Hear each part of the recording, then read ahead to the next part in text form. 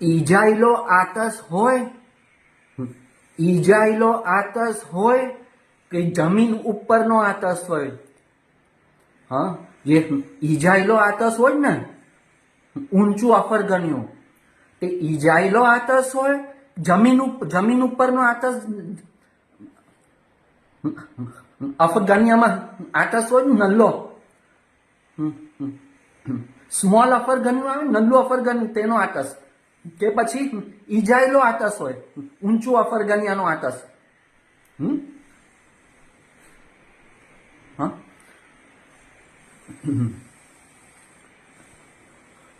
હાથે સુખર નહીં મુકાય, હાથે સુખર નહીં મુકાય.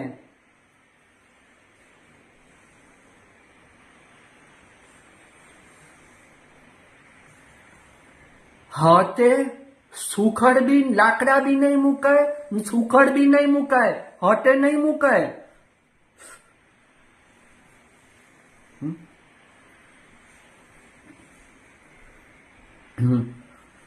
આતશની જે ગરમી હોય ને, ગરમી, આતશની ગરમી જે હોય ને તે બી તારા હોઠને લાગી ને દસ્તુર.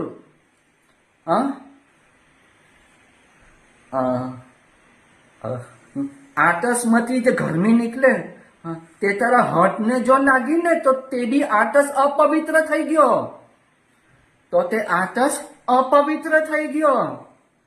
તે ભેજામાં જાય કે નહીં? હા, ને પછી હોઠે સુખર મૂકેલ, ડોજી ગયો, ડોજી ગયો. શું વાત કરે? કયો ધર્મ પાલે છે? હોઠે સુખર નહીં મૂક, લાકડા બી નહીં મુકાય ને સુખર બી નહીં મુકાય હોઠે. હું શું કેવું સમજ પડે છે કે આતશની ગરમી હે ને, હીટ, તે તારા હોઠને જો ટચ બી થઈ ને તો તે આતશ અપવિત્ર થઈ ગયેલો કહેવાય.